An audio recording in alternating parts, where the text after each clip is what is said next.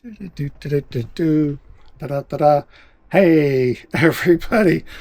Welcome back to Primo Times. I think my voice is doing a little better today, and I'm happy for that. I'm really liking my my tread plate or diamond plate. I've had someone correct me that it's not officially called diamond plate anymore. I have to call it tread plate. Okay, I can go with that, tread plate. I have used and heard that term before. That's totally fine. So, as you know, we got a lot done last time. I did. Today, it's going to be very warm, but I just want to try and do a couple of things really quick if I possibly can. I don't know. But I did want to show you that I'm sorry, after the camera got shut off last time, I went ahead and did wire in one thing, and that is my first light. Yes, I wired in one of the switches, just one. As you can see, it glows red. How nice is that? And I have this interior sort of reading light that illuminates here. As you can see, it's plugged into shore power. The Renogy battery monitor is showing that it's charging. And with this light, the switch itself, I want it to be white when I press it up top, and then red when I install this strip, red LED strip above it. We're going to have to do some little bit more messy work. And let me explain that to you. When the inverter charger is charging the lithium battery, it goes at a quite high rate until it brings the battery voltage up close to where the set top limit voltage of that battery is at. Mine is 14.6 volts. So once the battery charger brings it to 14.6, it then float charges. So it does this: charge a little bit, float a little bit, let it use, then charge it up again, and then relax, then charge it up again. So in doing that, I had this LED on the other day, well, last night in fact, and it was pulsing in brightness. That can't happen because I have several more LEDs that I want to install in different places. Now I will tell you that these LEDs that were the patient ones, the medical ones in the vehicle, they don't do that. But those units each are over $150. And the technology, even in just that lamp, it's regulating itself. It's doing that. So what are we going to do to solve that problem? I already am on that, and I had purchased it a couple of months ago, getting ready for this. So let me show you what we're going to do and what I've done on the other side here.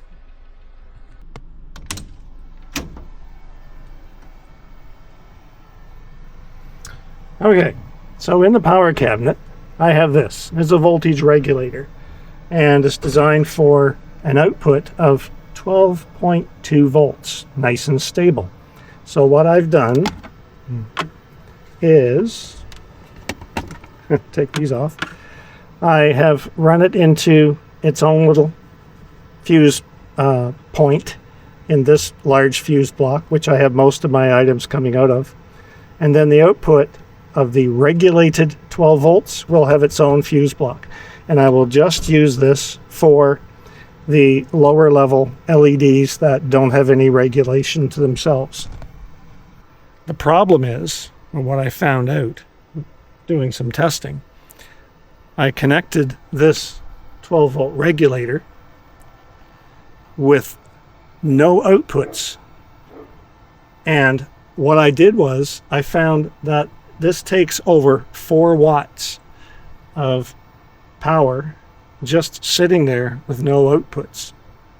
That's not ideal, you know, especially in a vehicle that you could be out in the middle of nowhere for a couple of days trying to relax, hiking, doing whatever. You don't need something like this sucking energy for no real purpose.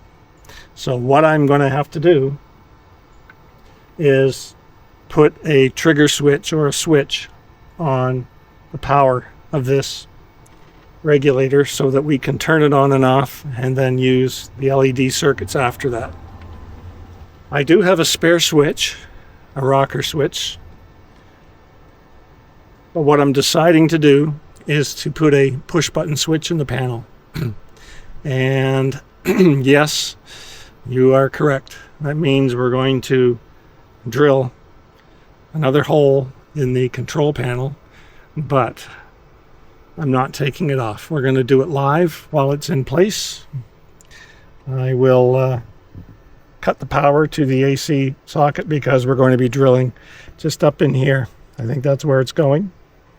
And we can do the drilling from the other side. And the two reasons for that is, one, because of the specific position that it's going to go in. And number two, pressure on the panel. I don't want to push from this side. It'll be going against the screws and against this sturdy support thing with the silicone glue. So we're going to do it from the shiny side coming this way.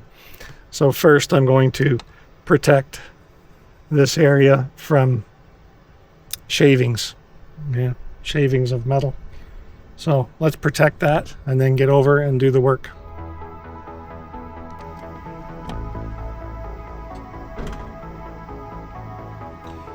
So I'm going to unplug the battery monitor connector and just tuck it out of the way of the shavings. So just build a cup thing.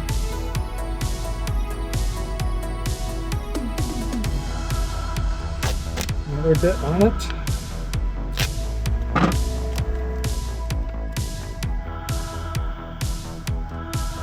So I'm building a little box in back here to hold this from spitting any shavings out the back.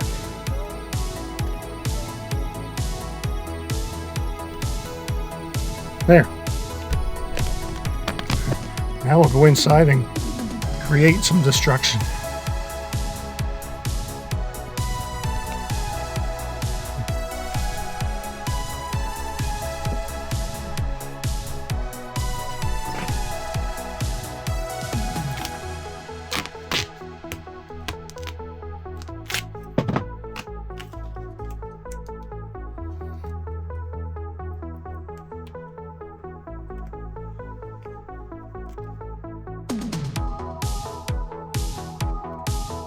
There we go. So what I've decided is to center it above the battery monitor so it'll go right in here.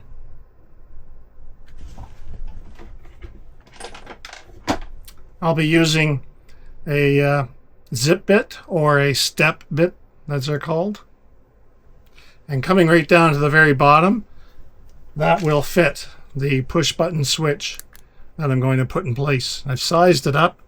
And yeah, that's pretty darn close.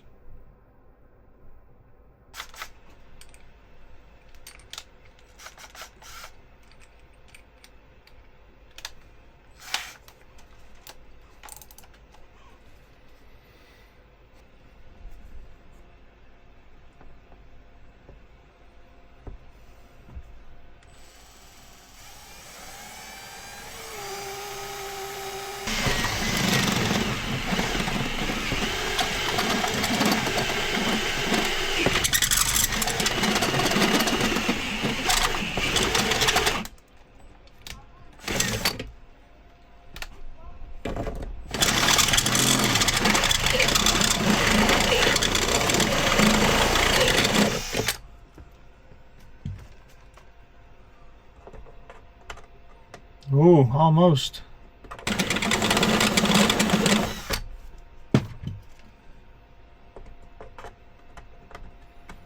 A little bit more. Okay, we're getting there. Oh, I feel so scared doing this. Oh, I've been so proud of the panel so far.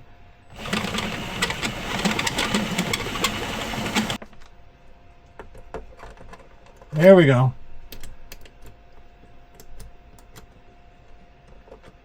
Okay. Whew. Wow.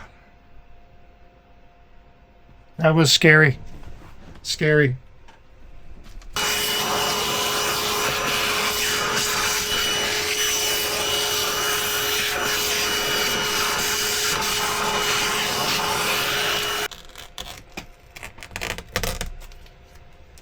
Okay, I don't see any shavings yet. Do I? Yes, there is some. Okay. All right. Okay, come on.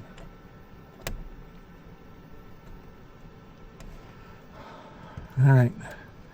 The sticky tape grabbed a whole lot of it. I'm going to take this out of here carefully.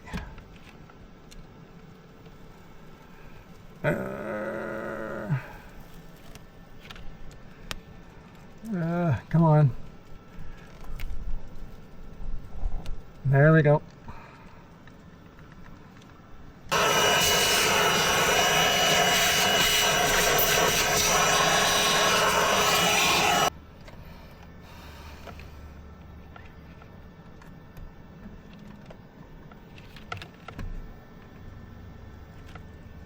So I have a new hole in my beautiful, shiny control panel. Anyhow, here's the switch.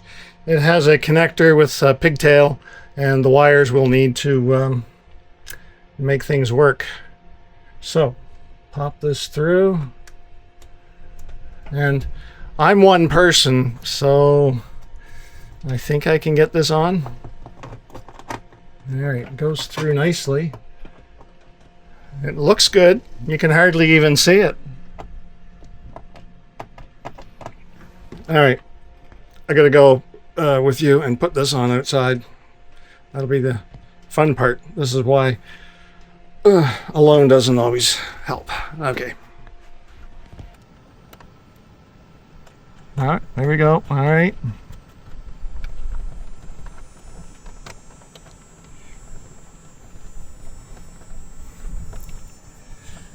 Okay.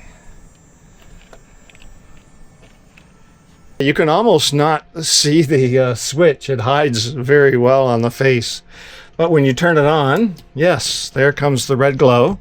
You can see it quite clearly, maybe. There you go, that's better. And yeah, that will be good. So like I say, when I want to press this on, it'll give me all of the lower voltage LED lights that we want in the ambulance off of its own fuse block. Plus, we could power other things off of that if we wanted. If I watch the charging watts, it shows about 309. And if I turn that off, yeah, it's solid 10. Yeah, it definitely takes energy. Something else I did, I popped into Canadian Tire, of course, and grabbed myself a new collection of polishing cloths, and I've got some aluminum rim and chrome polish and cleaner. And I've already done a little section of this. I'm going to do more, and I think it looks fantastic. Please let me know in the comments what you think of my new tread plate or diamond plate control panel, and say hi. Touch the like down below, folks, please, if you'd like to, and subscribe. There's more coming along. This is a very quick and painless episode, but we have a lot more fun coming down the road, and I appreciate you being here with Primo Times. Take care. Love you all. Bye-bye.